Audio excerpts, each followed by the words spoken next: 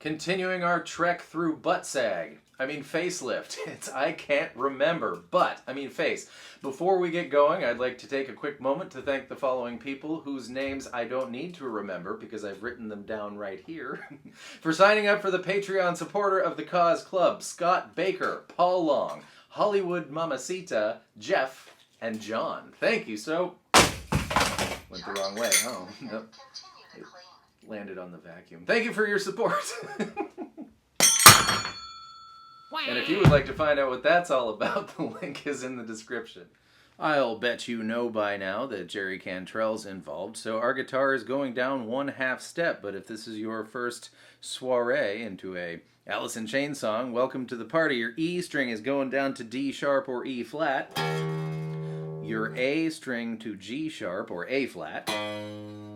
Your D string to C sharp or D flat, your G string to F sharp or G flat, depending on what your tuner says, your B string to A sharp or B flat, and your E string, just like your other E string, to D sharp or E flat.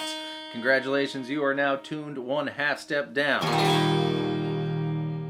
For the tinkly-doos in the intro, you only need one finger. It's just the G string 4th fret, and what you're going to pluck is G, B, E.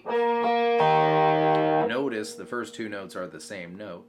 Then you're going to move your finger down to the 3rd fret, and you're going to pluck from low to high, G, B, E, and then back down low.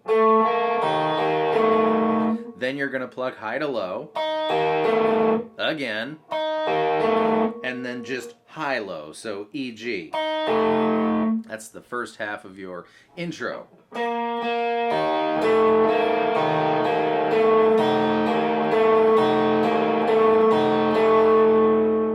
Fantastic news. Once you've got that pattern down, the second half is the same exact pattern, except you start on the 4th fret and go down to the 2nd fret. So,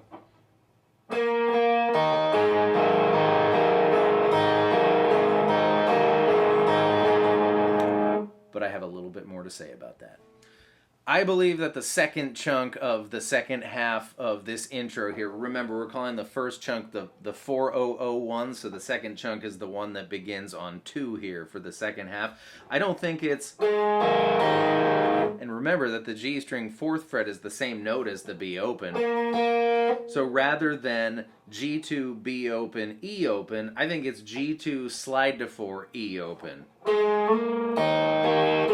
And I'm using my ring finger so I can get back to that G2 when I need to, because remember, it sounds like this. But I think it's... And if you believe that to be the case, like I do, here is the second half of your intro.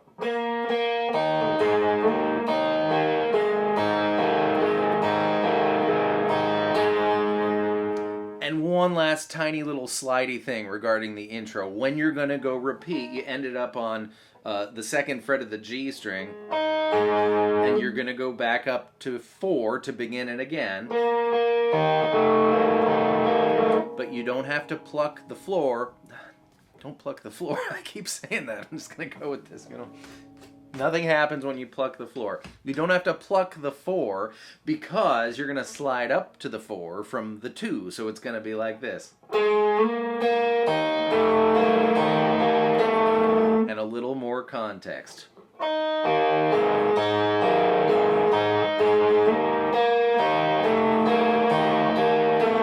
So don't pluck the floor and don't pluck the 4 anytime except the very first time because you're going to slide up to it. All right, this verse roof, this is going great today. This verse roof is super duper fun to play and totally fits the mold of all the other butt sag songs we've done thus far. What you're going to do is start on the A5. Also, you're going to strum the E open. And once you strum, hammer on to the A7, followed by a little open E string chuggy. So, 5 to 7 chuggy.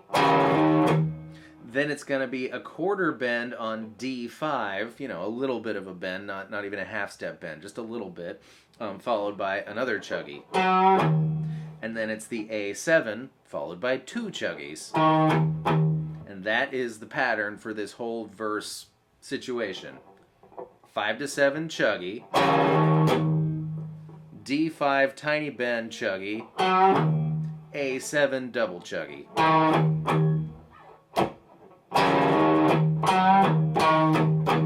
Is your first quarter. I just realized we're plucking the floor and strumming the roof, so we're going to have a house here pretty soon. The second half follows the exact same pattern, but instead of D5 tiny bend to A7, it's D7 tiny bend to D5. So your third quarter is exactly the same as your first quarter. And your last bit is going to start the same with the hammer-on chuggy, but then we're switching to power chords. It's going to be B flat on the 6th fret of the E string, down to A on the 5th, and G on the 3rd. So here is your, here, I'll do that one. And here I'll do the entire verse riff. Chunk 1. Chunk 2. Chunk 3. Chunk 4. And then you repeat. Just remember, if you hit a wall, just come back to this segment. And you may have noticed that after you go through what we just talked about twice, it's going to land on a power chord and let it ring out. That's A. So it's going to be like this. And then you're going to do your chunk 3 again and your chunk 4 and do the same landing on A.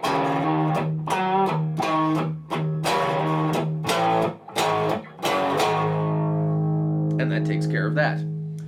The big long solos are the purview of a different video here, but there is one obvious epic fill before verse number 2 that I do want to show you. You're thinking E minor pentatonic down in open position, and it's G2, give it a bend, down to open, and then D string open 2, E string 3rd fret tiny bend, down to open. And then you're back into it. The bridge and the guitar solo section can be summed up as follows. We need A2 and D2. You're thinking an E power chord. You could use one finger. I'm using 2. Whatever. You're going to pluck E, A, D, A. Then we're on the E string 3rd fret, and that's it. You're going to pluck the same up to the 5th fret of the E string. This time your plucking is going to be E, D, A. Then we're going to give our A string, our A note on the E string 5th fret a half step bend. We do want it to sound like the 6th fret. Pluck the open A string and then down to the 3rd fret where you give it a creepy bluesy wiggle.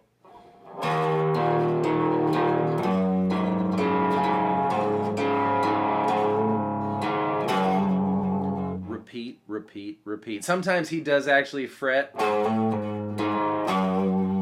And the bass definitely does, or maybe the bass bends. I don't know, you could bend it or fret the 6th fret. Do whichever, don't fret. Well, that's all the plumbing, so I hope this video gives you a good foundation into playing this song. What's it called? I'll think of it. Listen, if you think you would benefit from playthroughs and my very succinct, figured out by ear and written by me, because most tabs suck, notes, well, you're going to find that on my Patreon page. Hope to see you there. Thank you for being here. I hope that was fun and helpful, and I will see you next time with more stuff. Goodbye.